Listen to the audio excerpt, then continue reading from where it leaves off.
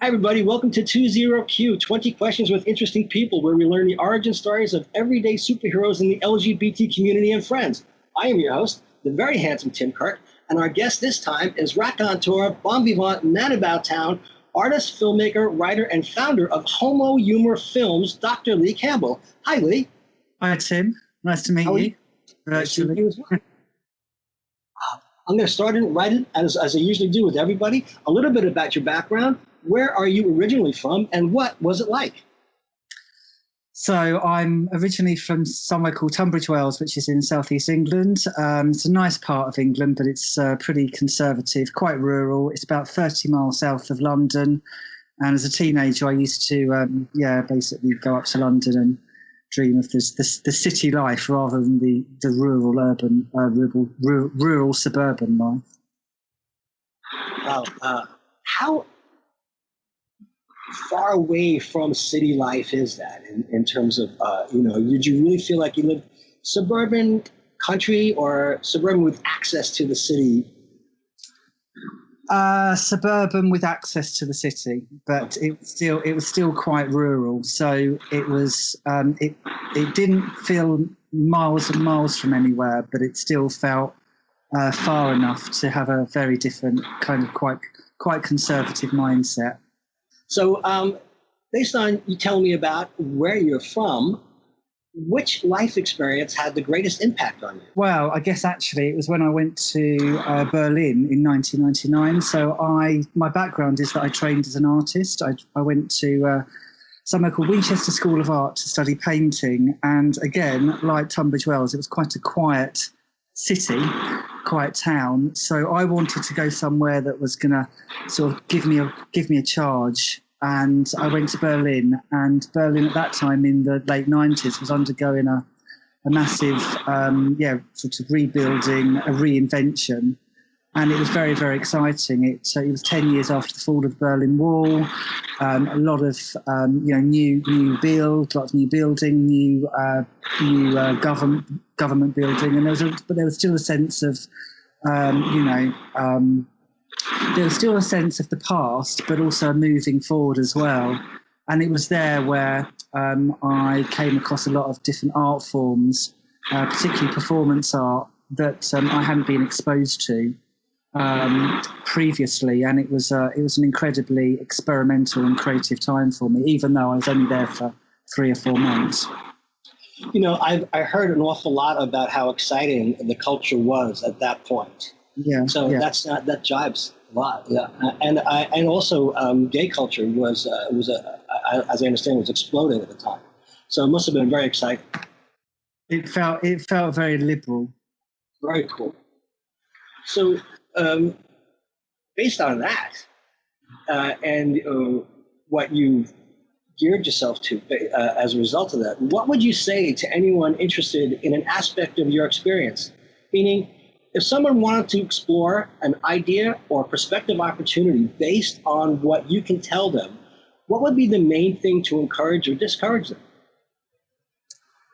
Just do it, and don't worry about making a complete fool of yourself, because I think you can be really clever by being an absolute fool. And it was interesting when we first started, because you mentioned that you have a love of Reginald Perrin. So there was a British TV comedy in the 1970s, and it was basically the story of a board office worker, and who, like me, lived in suburbia, and he worked for this company that just made him feel extremely. Yeah, he just felt a bit of a slave. So basically, the comedy is around him faking his own suicide, and at the start of the comedy, he famously runs into the sea. And then he comes back. He sort of fakes his own suicide, and he comes back and has a new identity. And I guess although I've done a lot of things, and I guess my work is very public, I can also be quite quiet and I can't believe I'm saying this, quite shy at times. And I suppose with Reginald Perrin, I took that idea and I made a performance artwork for a big art festival in 2008 called the Whitstable Biennale. And I basically gathered loads of volunteers. We stood on a beach, and we threw all our clothes off and ran into the sea. I was extremely nervous. I had all these cameras pointing at me like, complete nudity here. And then I thought, what the heck? Ran into the sea, and it was probably one of the most. It was a brilliant, wonderful, fantastic experience. And after doing that, I feel I could just do absolutely anything, to be honest. And so what I'm saying is that I felt like a fool. People were laughing. There was a lot of comedy. There was a lot of humour, but it was also very serious at the same time. I think that's fantastic. I'm a big fan of Reggie. Once in a while, my husband will look at and I will look at each other, and we'll do CJ or Super or something. Yeah. That's brilliant. I didn't get where I am today, and that's so funny because I used to watch that comedy with my mum, not in the 70s in the original because I'm not that old, in the 90s, and my mum knew that context very well because she used to work in that kind of an environment and working with people like CJ. So she would laugh where it'd say, I didn't get where I am today by, I don't know, stuffing a banana in my ears or, whatever. His catchphrases were really, really good. And banana in the ear is the biggest insult you can on Are You Being Served? Well, I thought that was Mrs. Slocum's pussy. That's when they were going to be taken over. Remember, they had the chimpanzee, the monkey, in the elevator. Yeah. So, we aside from all the other stuff we had was when we first got together. We lived in a loft a few blocks from here in Chelsea, and we had two straight roommates. And one of the things we bonded by was that every single night, public television in New York would show reruns of Are You Being Served and Allo Allo. So just to hang out together, we would watch, and you just osmotically memorize this stuff. So yeah. On top of all, well, just for me, you saying that for me those comedies are quintessentially English, and in terms of the kind of humour, and to hear that how that translates into other, it feels quite. In a way, how can other people find it funny? But people do, because people do. It doesn't matter where you're from. There's still something that's it feels so specific, but also so universal at the same time. And I guess those kind of ideas kind of resonate a lot with my own film work, my current film work, which is trying to take things which are very personal to me, but present them in a very humorous way that everybody finds, there's a universal comedy to things which might be very, very personal to me or very esoteric.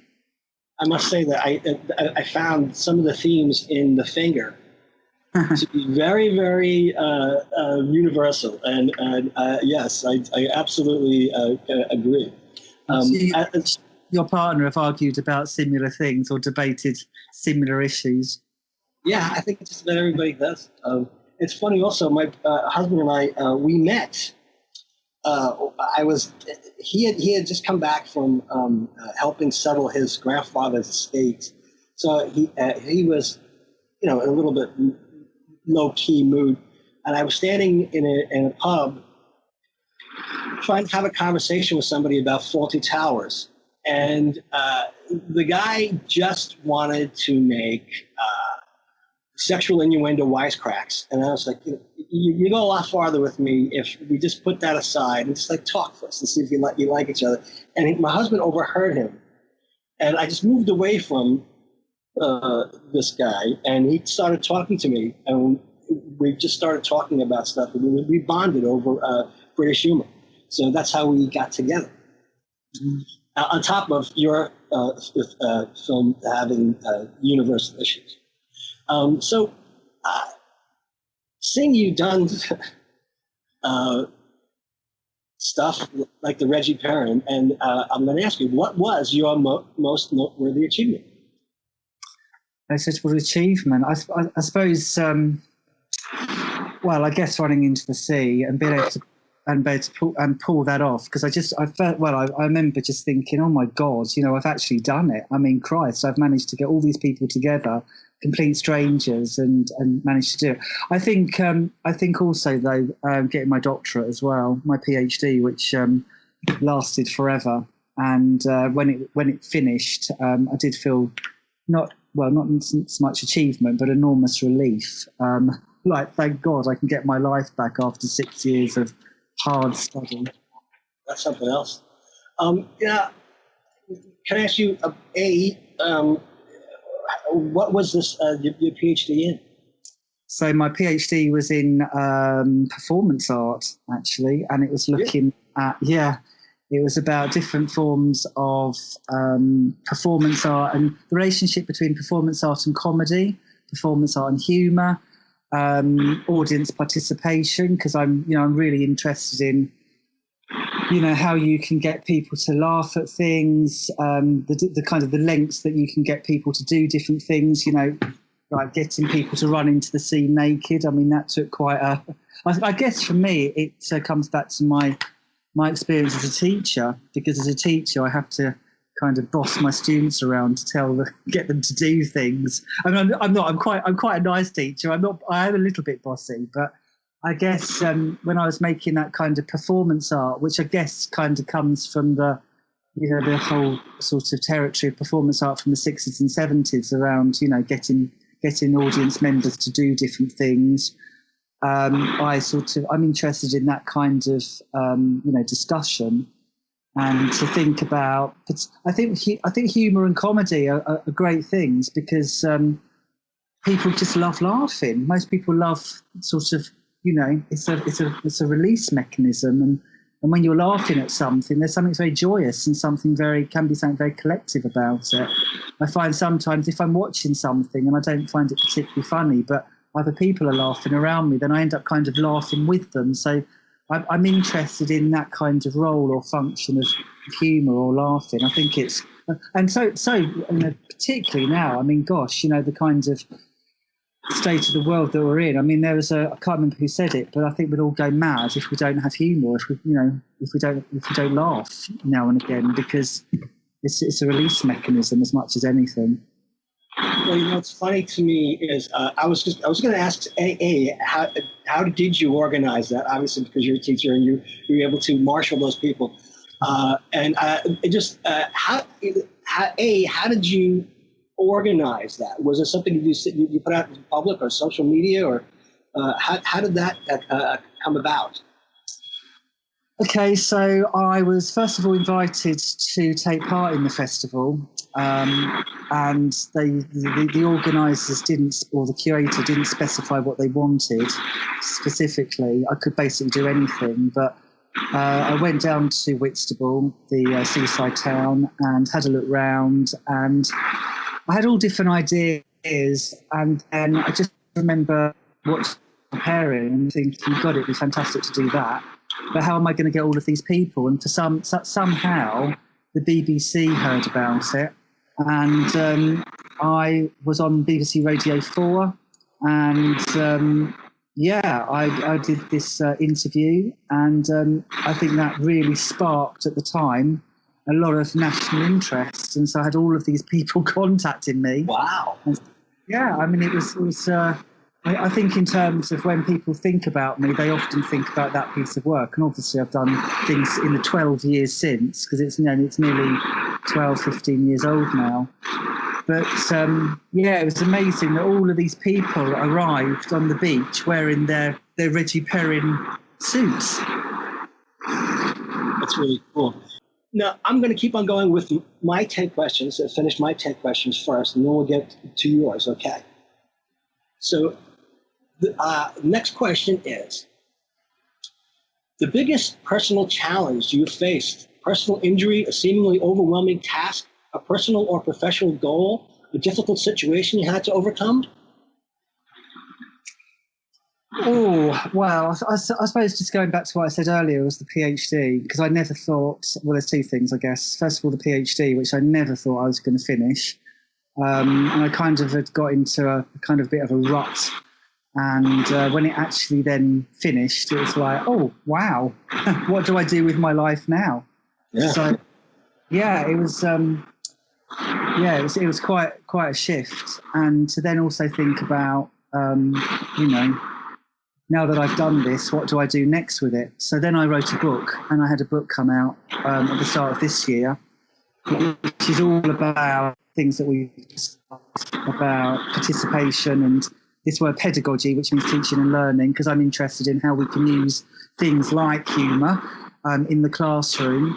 So the last time I was in New York, which was 2 years ago, I went to a publisher called Peter Lang on Broadway, and I walked into the headquarters and I said, I've got this idea for a book, it's brilliant. And I spoke to one of the editors there, and they said, yes, it's fantastic. 2 years later, it's now published. Oh, congratulations. So, yeah, but it's like 120,000 words. Not just me. I invited a lot of people to be in it, a lot of different teachers and artists, and fantastic. But again, that was another challenge to actually finish that, because I thought that was going to go on forever. So that's out in the world. I guess, for any kind of gay person, I guess coming out's a massive challenge. And I guess when I think about coming out stories, we often hear about it being one moment. But for me, it was kind of more of a gradual thing. I can't ever remember a time when I actually sort of said the words. I think it was kind of a gradual sort of letting out, as it were. And I guess I haven't really ever spoken about that. None of my artwork, my comedy, my performance art has ever really dealt with issues that are quite very personal to me, like in that kind of really private sense. I mean, I guess with the Reggie Perrin piece, even though we were running into the sea, I suppose that for me was about my kind of relationship with body and body image, because at the time I always sort of felt like, because I was like not a large or fat person, but I've always been very aware of what I look like and just, I guess, how I am really. And for me to like basically have all these people with their cameras and watching and glaring at me, I think that was a confidence issue. And if you can do that, you can, be an exhibitionist in front of all those people. You can kind of do anything. But I guess this year, I've been reflecting a lot on what I just said about coming out, and that then informed a piece of work, or a film that I've just made. And it's so frustrating, COVID, because I've just had that film shown at a film festival in New York only last week, where it won an award. Really? And my first. Congratulations. My first award, so I'm absolutely thrilled about it. And if COVID hadn't have happened, I would have been in New York and I could possibly have met you. But it's that just wasn't the case. But maybe next year. Wow, that's fantastic. I'm one of those people who I don't know if you listened to my first times. One of my podcasts. I really enjoyed it. I absolutely remember it. It was the most crucial moment in my identity. It was just summoning up the courage to go into a gay bar for the first time and identify it, tell someone else that I was gay. But I actually interviewed someone the other day, less than a week ago, and he is an entrepreneur, creative. He is the creator, the producer, and the star of a digital series called Scales, which has just been picked up by several platforms. His name is Patrick O'Donis. He lives in Atlanta, and I told him one of the things that happened to me in the corporate world. I worked for NBC Universal for years. And I would be in on meetings and I would out myself. And I keep on saying outing is something you do continuously. It's not something you say once and everybody agrees and then it just withers on the vine and people forget about it. You have to constantly say that. So if there was an opportunity for me to say it, to remind everybody, I got to the point where people were rolling their eyes and then I had to stop them and explain to them, this is something that I can't let go. I have to. There are too many people who are relying on you to be somebody that they can hang. And it turned out that I got very involved in employee resource groups, and I was the event lead. And people would literally come out to me in the workplace because I outed myself all the time. So I think once I got that ball rolling, I was not going to let that. It was like a snowball, and it just got bigger and bigger. And you can't, you can't put the toothpaste back in the tube. So that's where I'm part of that whole thing with the coming out process. It's a continual evolution as far as I'm concerned. So now, what would you say was the transformational moment in your life? A meaningful gift, a reason to belong to something, being a parent, good job, bad job? Oh, I'm trying to think of my answer to this question, but I do. There has been one, a massive one, and for me, that is definitely meeting my partner, without a doubt. Good. How did you meet, and what's the story? Is there anything there that is, or is just meshed and that was it? Or is there anything exciting you want to tell about that, or anything interesting about other than you're just connected? Yeah, it's very sweet.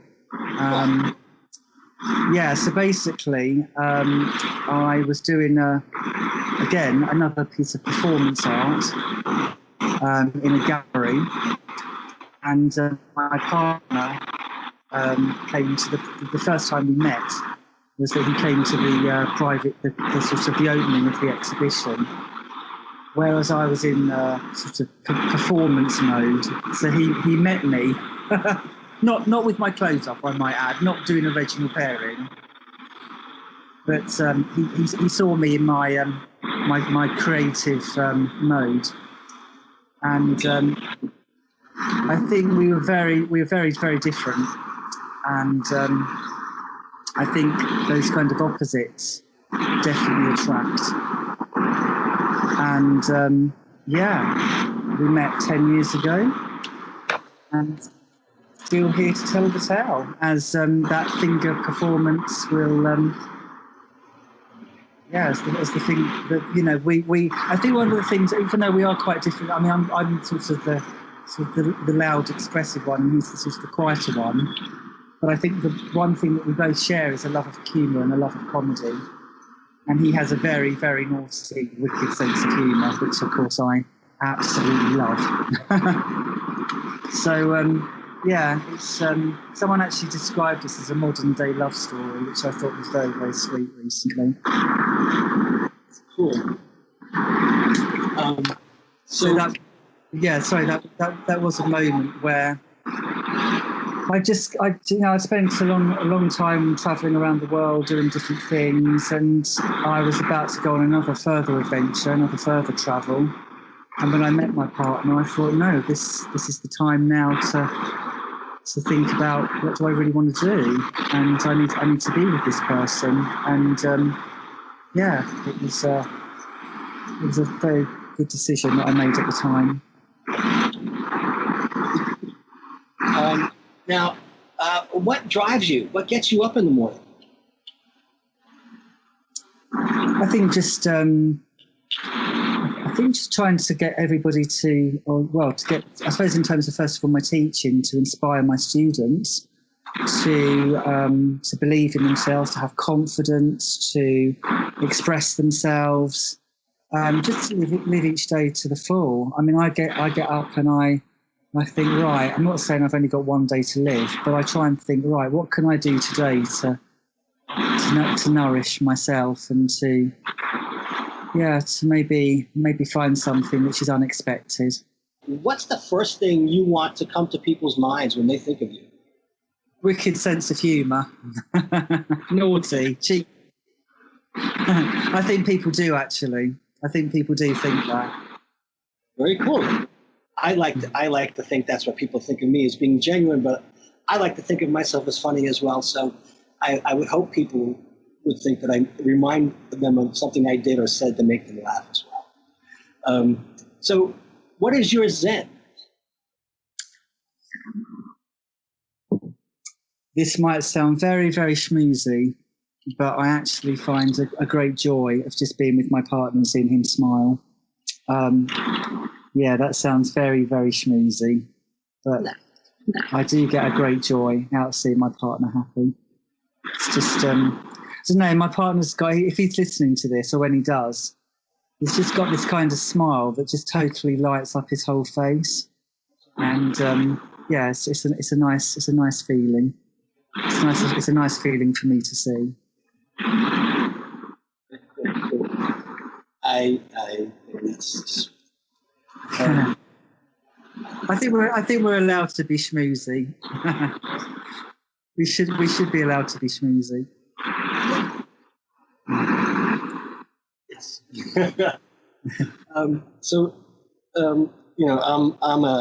I get ribbed all the time because I am a soft touch. I'm a softie, and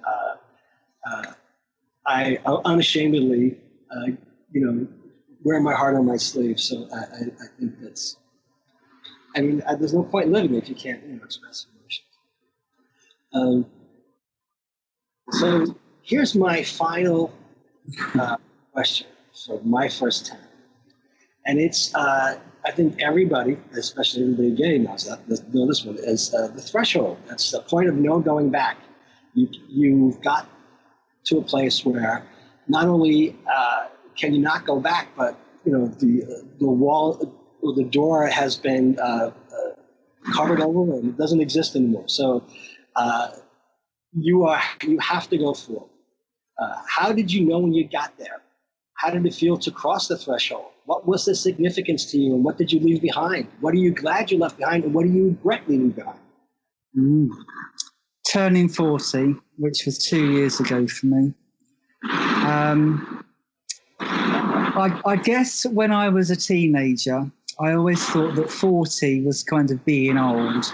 And your parents are 40, so by the time I'm 40, I'm gonna pretty much know myself, and I'm gonna be pretty grounded in terms of my job, and pretty grounded in terms of just life, really. And so I sort of made a vow that I would rethink about my well-being, both mentally and physically, when I hit 40. And I know it's kind of it's a bit of a cliche that gay men like Madonna, but I mean, honestly, when she brought out that Ray of Light album in '98, I just remember hearing it and thinking, bloody hell, she's 40 and she's produced this fantastic electronic album, which, she still gets a bit of stick, but, before that album, she got a massive lot of stick. But when she did that album, something, even though it might have been just temporarily, something kind of changed a little bit in terms of the perception, I think. That she, there was a side to her which, you might call it a little bit crass, but it was spiritual. And she talks about this kind of, rediscovering herself. And I could really, really relate to that at the time when I heard that. And actually, that was the same time when that album came out, was when I went to Berlin. And I thought, right, if she's produced something like this when she's 40, it'd be really interesting to see what I do when I'm 40. So when I hit 40, which was 2 years ago, I did take stock of my life, and I just basically lost a hell of a lot of weight. And quite a lot of weight, actually, probably about 4 or 5 stone. And that was my reinvention. And also in terms of my work as well. So interesting today that we've spoken about humour and comedy, because a lot of my work for a few years kind of lost that a little bit. It got quite serious, and I think that it's really important to always come back to the core of what you are, and sometimes that can take a bit of time to work out what that is. We don't always know. As a teenager, you don't always know what you are. You sort of spend time experimenting and trying a few things out. But I don't think it's just when you're a teenager. I think you do that your whole life. And so I think that, 40 was the kind of, in my eyes, getting old. But I don't feel any different. I still got that kind of energy and that drive that I had when I was an 18-year-old. But I do feel more grounded. And I don't. Maybe I've left behind, the innocence of youth. But what I have got is a very, very, very good support network around me, and a partner who's very, very caring and considerate, and that for me is just as fantastic as having the beauty of unwrinkled skin, let's say. So we're going to go to your questions. Start off with, you would do what all over again? What would I do all over again? Gosh, yeah, I found that quite an interest. I thought that was quite an interesting question. What would I do all over again? Can you just remind me what number that is? Because I've forgotten what my answer is. Number 6. Number 6, Christ. My answer should be looking back over making sure my own personal well-being does not neglect whilst helping or supporting others. Yeah, I think because of the nature of my work as a teacher, we do often like to help others, and just in our nature, really, just being supportive. But I think it's also really important that you also, particularly in these kind of current times, to also make sure that you look after yourself as well. Because if you can't look after yourself, then you're no really good for other people, and people can pick up on that. So always, yes, of course, help others, support others, but also make sure that you look after yourself as well. I think that's really, really important in the current climate. But on a slightly less somber note, if I could do it all over again, my God, I'd love to be standing there in front of those cameramen and running into the sea again. I'd love to do that, and also this time just sort of looking back at the audience, going, "Oh, I bloody did it! I bloody did it!" That was a highlight for me. I would say probably a highlight. I don't know if I have the confidence to do something like that, so I salute you. Nor did I, but it's amazing what you can do when you've got some cameras in your face. maybe that's the exhibitionist in me. That's my sort of secret. My secret Madonna coming out. I would have to. I'd have to defer to you. I think I don't know. I have grown up with other friends who couldn't care less. And at the drop of a hat, I'm just a little bit, slightly more shy, even though in the right circumstances, absolutely. So the turning point in your life was what? Changed the way you relate to others and the world. Wowzers. What was my turning point? Let's have a think. Well, first of all, like I said, going to Berlin, that was massive for me. Just in terms of opening up to different art forms, different experimental ways of making art. I guess quite recently, actually. Like I said, I've recently been making films which have become much more to do with my own identity, issues around sexuality, and up until that point, my art had been somewhat of a closed book. I didn't really I didn't really reveal too much about myself. And then I thought, oh, you know what, sod it, basically. I'm just gonna, like the title of one of my films, Let Rip.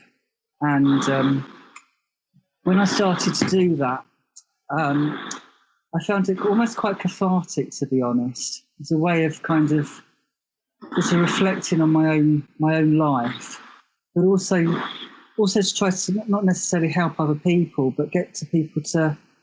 I think when you start sharing your own experiences, people can start to relate to them, however personal they might be. So, for example, in one of those films, I talk about looking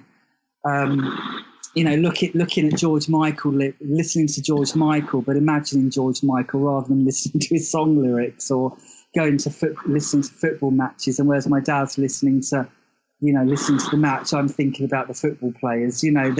I just find all those different experiences that you can have. I just find them really interesting to reflect upon. So yeah, I feel that's been a big turning point in my life recently, to sort of have the confidence in sharing myself, and to also think about how other people can, have similar experiences and can find sometimes we can find solace in it. So, because it's quite a difficult subject matter, to be honest. Yeah,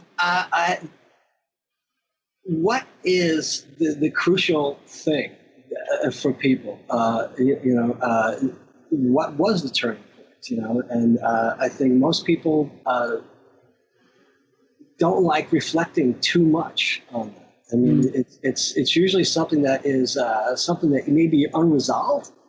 And when I've spoken to some people about it, they become disturbed, and because they still have an ongoing issue, and a lot of it has to do with their personal identity, and virtually everybody needs affirmation in their life, and they go to the person who is the most difficult customer, and that's the person that they always think of.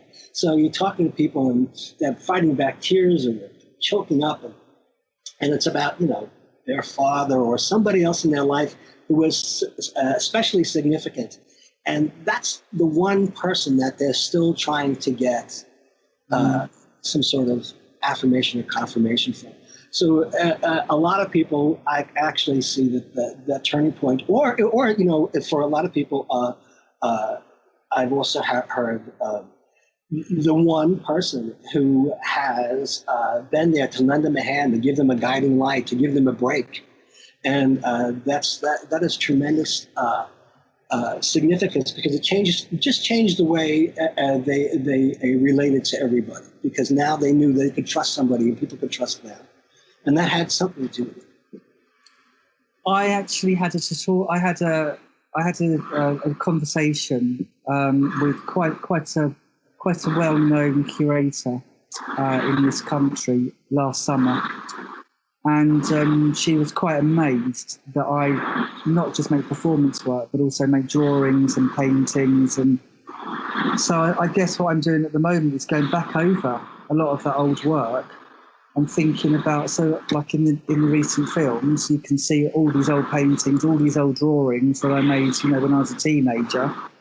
And it's just so fascinating to see how things, from the past can get re-excavated, and they still have resonance. They still have, they still inform what's happening now. But it's so fascinating to reflect on how things have changed, and also what has stayed the same as well. And then you start thinking that things also happen in cycles as well. Nothing ever truly gets lost. Everything gets recycled. Now, do we get to your hobbies, avocations, and pastimes? So I do love walking, and I do actually love swimming, which has been extremely difficult because all of the swimming pools have been closed recently because of obvious goings on in the world. So I have been, again, coming back to Reginald Perrin. Everything comes back to Reggie Perrin. I've been going in the sea. So any chance I can to get down to the sea to go swimming recently, then I'm in it. I just love swimming basically, and I love the sort of the relaxation of it, but also the feeling that as I'm swimming, I can kind of think through things and sort of switch off. And some people find inspiration in singing in the shower, which I have actually found. I do get some ideas when I'm in the shower. Maybe it's something to do with water. But yeah, I love swimming. And reading and watching movies. What did you grow up misperceiving? Song lyrics, geography, scientific fact, an aspect of human nature, etc.? Oh, well, yeah, kind of. I've already mentioned George Michael, haven't I? Well, I guess, listening to song lyrics, which probably song lyrics by George Michael, as I was too busy checking him out and paying attention to what he was singing. But actually, you say about mishearing or misperceiving. I actually did a whole project, a whole kind of performance project where I invited people to talk about their misheard song lyrics. So, for example, my mum used to love still does, Joni Mitchell's Big Yellow Taxi.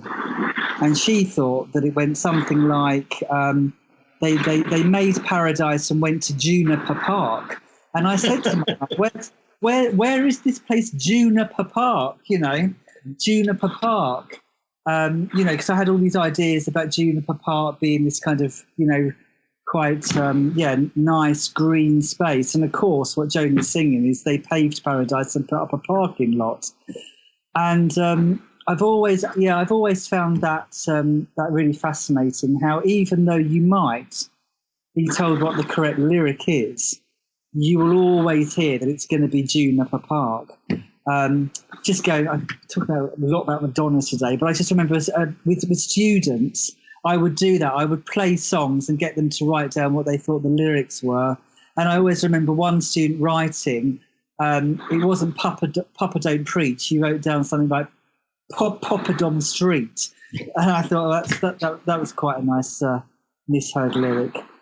I guess even when you can go along so long thinking something. Oh my God, is that still the thunder in the background? Yes, it is. Wow. I think you still it's quite hard to get out of what you think. There's kind of habits in how you think, and I think retraining your mind to put up a parking lot rather than Juniper Park. We care to choose what we want to remember sometimes, even if it might not technically or factually be correct. And that's what made with memory as well. You might have a really shitty holiday, but you actually remember the best parts of it. There's a performance art piece in that, I think. That might be something. I mean, I think that would be interesting to see the confidence and the pleasure that people get while they're doing this incorrectly. It really has a ring to that to me. So, would you say you are more freewheeling or structured? Well, probably a little bit of both, to be honest. I like routine, but I love having moments of sheer serendipity that interrupt monotony or challenge my perceptions around something.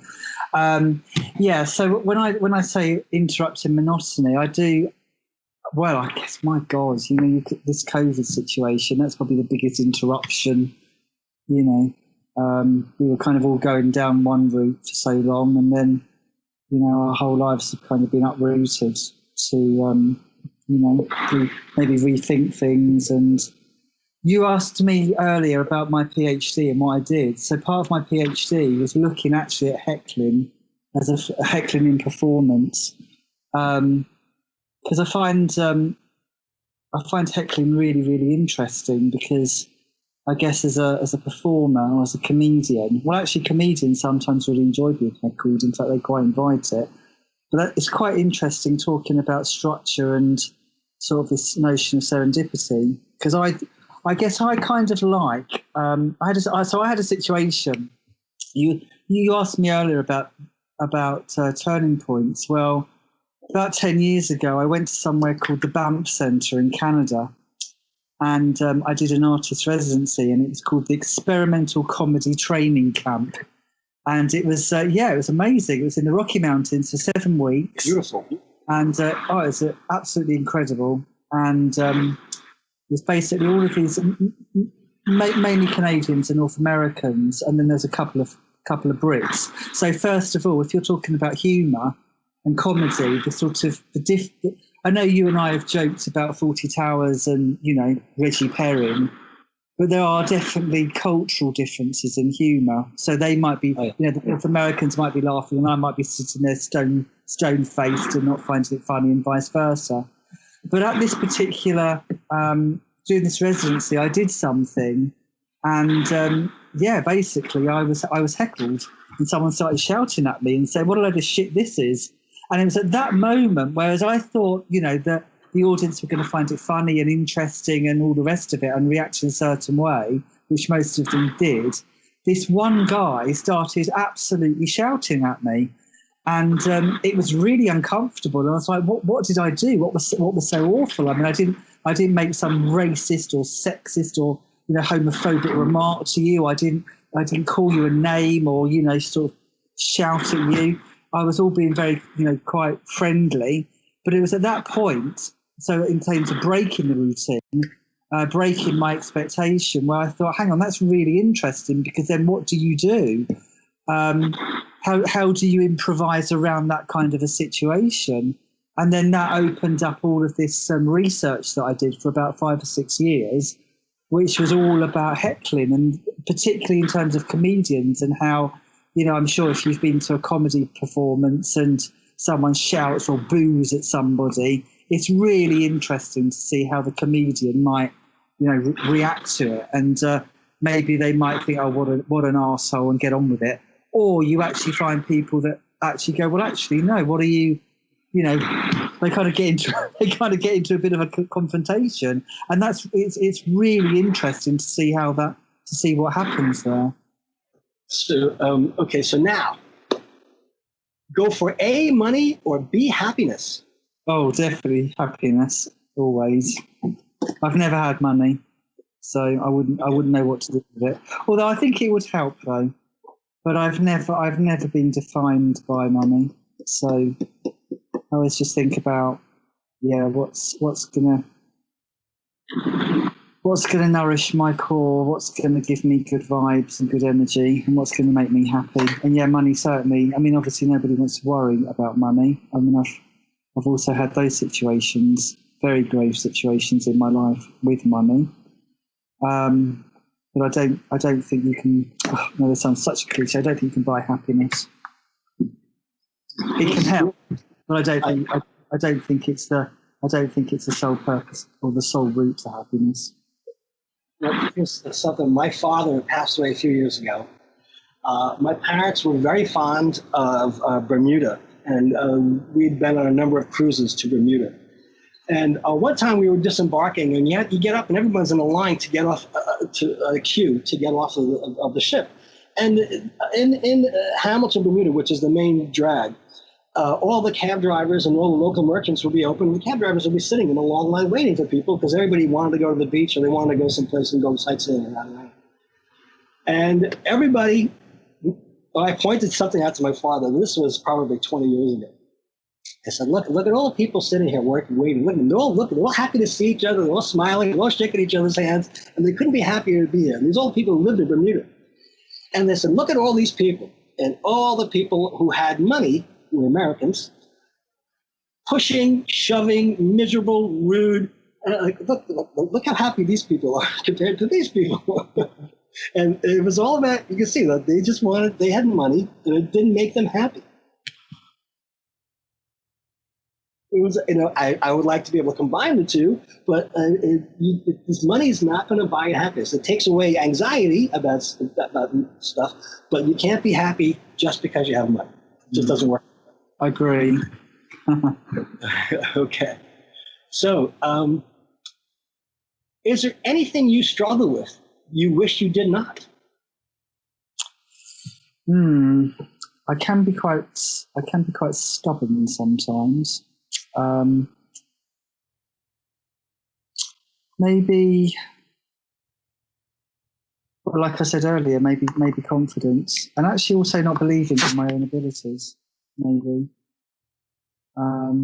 Sometimes I don't always give myself as much credit as maybe I should do. Maybe I don't always realise everything that I'm doing. And sometimes, life is busy, and sometimes we need to take a step back sometimes and just go, hang on a minute, what I've actually been up to recently, and sort of take stock of that. So sometimes I'm shy and lack confidence, and I think that does surprise people, because, like I said, I can be extremely extrovert at times, even surprising my own self. But when I do show this kind of more, I suppose, quieter side, I think it does surprise people. But I think for me, it's always good to sometimes just step back and just say, right, where was I last week? Where was I last month, last year? And, what's working, what's not? And if you find that there's certain energies which are, making you feel a bit, not putting you in such a good place, then you might need to rethink having those sorts of energies in your life. So maybe it's again what we were saying about earlier, the power of reflection, which can be quite difficult because sometimes, when you reflect and you think back, it can be, it's not always easy. But I think just trying to stay true to yourself is the biggest journey that you can go on. Yeah, I really do think most people have this. This is an eternal struggle, and this is from their basic beginning of their self-awareness and how things shape them. By the time they're about 5 or 6 years old, they're struggling with a variation or a more complex build-out of the same issues. And it's a lifelong struggle, and some people you see are blissfully oblivious, or some things don't matter to them at all, and they can just confidently stride up and do something that you are so self-conscious of or you want to get right, and they either don't care or they think we have erasers, we can just fix mistakes, and that's nothing to worry about. Another one, everybody else has something that is so crucial to them to make sure that every step is taken care of what they consider the right way before they move forward. And of course, all the informed people say there is never a right time. Circumstances will never be ideal. You're just going to have to go through, and you're going to have to run the gauntlet and be hardened by that experience, and that will make it a lot easier for you to continue on and grow. But yes, I can see that being shy and dealing with those issues is something that you might want to sit back and think about. So ideally, would you rather be an authority figure or somebody with a great sense of humor? And what does that mean to you? Yeah, definitely someone with a great sense of humour. But although I do think you can be both, though. So maybe as a personable authority in my teaching, I think students look up to me as the font of all knowledge. But I do like to think about, maybe putting ideas and putting ideas across in a way that doesn't make me not look like some kind of I'm the one in control of the knowledge. That we're all on a learning journey, and I think it's sort of thinking about how can we learn from one another. That's why I love being in the classroom, to be honest, because it's great when students surprise me. They might say something and I'm like, wow, that's totally shook me. So yeah, I think the way that you can get to really quite difficult, because sometimes in my teaching, I'm teaching quite difficult subjects, and a really good way of dealing with that is to throw in an anecdote or throw in a bit of humour, and that can be a really good way of getting students in. Have you ever been surprised at how much somebody has based a conviction because of something you've said or done?